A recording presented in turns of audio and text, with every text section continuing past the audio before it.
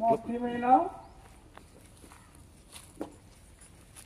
కొమ్ముపూడి గ్రామస్తులకు ఈ సాయంకాల సమయంలో ప్రభు అయిన యేసుక్రీస్తు పేరిట మీకు శుభవందనాలు. ఈ సాయంకాల వేళ తెలియజేస్తూ ఉన్నాం.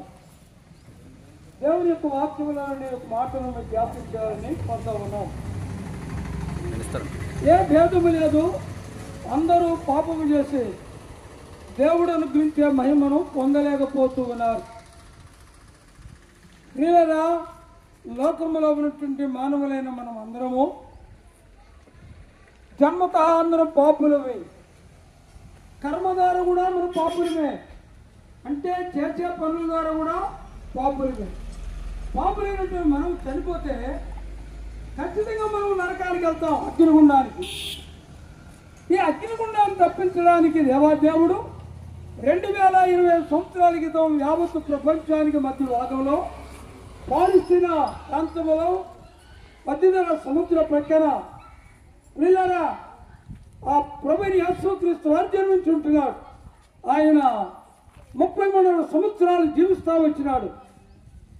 ఆయన జీవితంలో ఎక్కడ కూడా పాపము లేకుండా జీవిస్తూ వచ్చినాడు. పాపము లేని పావనమూర్తి, పరిశుద్ధుడు. ప్రియులారా, ఆయన ఉన్నాడు కదా, నాలో పాపం ఉందని ఎవరైనా చెప్పగలరు? సవాలుస్తున్న మహానుభావుడు.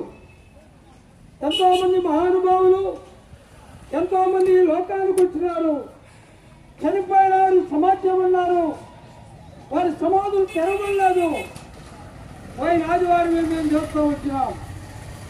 అంతకుముందు శుక్రవారము గుడ్ ఫ్రైడే అనగా మంచి శుక్రవారం, చనిపోయిన రోజు మంచి శుక్రవారం. ఎవరైనా చచ్చిపోయిన వాళ్ళని మంచి దినం అంటారా ఎవరైనా? కానీ బైబిల్ చెప్తుంది అది మంచి దినం. ఎందుకో ప్రపంచంలో మానవులందరికీ పాపాలు క్షమించడానికి ఆయన కలవరి శిలువలో ప్రాణం పెట్టాడు కనుక అది మంచిదే.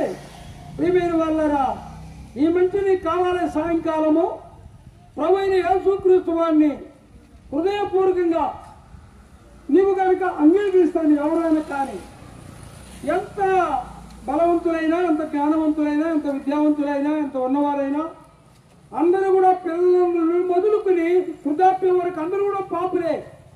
పాపానికి వచ్చి జీవితం మరణమైన సంగతి మనం దైవ గ్రంథంలో సంగతులు వింటూ వచ్చాం. అయితే పాపానికి నివర్తి ఏంటి అంటే, నరకాన్ని తప్పించుకోవాలండి అంటే యేసు ప్రభు మార్గం, యేసు ప్రభు సత్యం, యేసు ప్రభు జీవం. యేసు ప్రభుని కనుక ఈ సాయంకాలం యేసు ప్రభు నేను పాపిని, నా పాపాలు క్షమించమని ఒప్పుకుంటే చాలు, సూక్ష్మంలో మోక్షం. ఇప్పుడు ఖర్చు లేకుండా పరలోక రాజ్యం నీకు ఊబడతా ఉన్నాడు దేవుడు. కావాలా ఇది నీకు?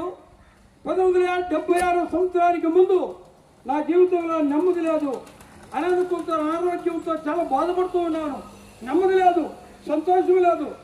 దేవాదేవుడు ప్రభువైన యేసుక్రీస్తు వారి మాటలు వింటున్నప్పుడు హృదయంలో ఆయన మాటలు అంగీకరించడం ద్వారా నెమ్మది, సంతోషం, సమాధానము కలుగుతూ వచ్చింది. గత 50 సంవత్సరాలని ఈ సంతోషాన్ని, ఆనందాన్ని అనుభవిస్తున్నాను. నీకు కావాలా? నేనే ప్రభువైన యేసుక్రీస్తును సొంత రక్షణ అంగీకరిస్తే ప్రభు అనే పాపిని నా పాపాలు క్షమించమని అడిగినట్లయితే ఇదే మిక్కిలి అనుకున్న సమయం, ఇదే రక్షణ దినం. కూడా ఇంకా దేవుడికి ఏం జరుగుతుందో నీకు తెలియదు, రేపు ఏం సంభవించని బైబిల్ చెప్తా ఉంది. నేనే ప్రభువైన యేసుక్రీస్తును సొంత రక్షణ అంగీకరించి చేసు ప్రభు అనే పాపిని నా పాపాలు క్షమించని ఒప్పుకో. శిలువలో ప్రాణం పెట్టిన ప్రభు నీ యొక్క పాపని క్షమించి దైవ రాజ్యానికి అరుగుడుగా చేయగాడు. ఇట్టి ధన్యకరమైన జీవితం నీవును నీ ఇంటి వారు కూడా పొందుదురుగాక. దేవుడి వాక్యం దీవించునుగాక. మా ప్రియులారా, ఇంకా ప్రభువైన యేసుక్రీస్తు వారిని గురించి మీరు ఎక్కువగా తెలుసుకునే దాని కొరకు మనకు సమీపంలోని మన తుమ్మపూడి గ్రామంలోని మెయిన్ రోడ్ దగ్గరలోని ఆర్సిఎం స్కూల్ దగ్గర బేతనయ్య ప్రార్థనా మందిరం ఉన్నది. అక్కడ ప్రతి ఆదివారము ఉదయకాలం 7 గంటల నుండి 9:30 వరకు, 10:30 నుండి 1:30 వరకు దైవారాధన కార్యక్రమాలు జరిగించబడుతూ ఉన్నాయి. వారంలో ఆయా కొరతలు జరిగించబడుతూ ఉన్నాయి. ఈరోజు సాయంకాలం 7 గంటలకు ప్రత్యేకమైన సువార్త కూడిక ఏర్పాటు చేయబడింది. మీ అందరినీ ప్రేమతో ప్రభువైన యేసుక్రీస్తు నామములో ఆహ్వానిస్తూ ఉంటున్నాం. ఈ స్థలాన్ని విడిచి వెళ్ళక ముందు మీ క్షేమం కొరకై మేము ప్రార్థన చేస్తాం.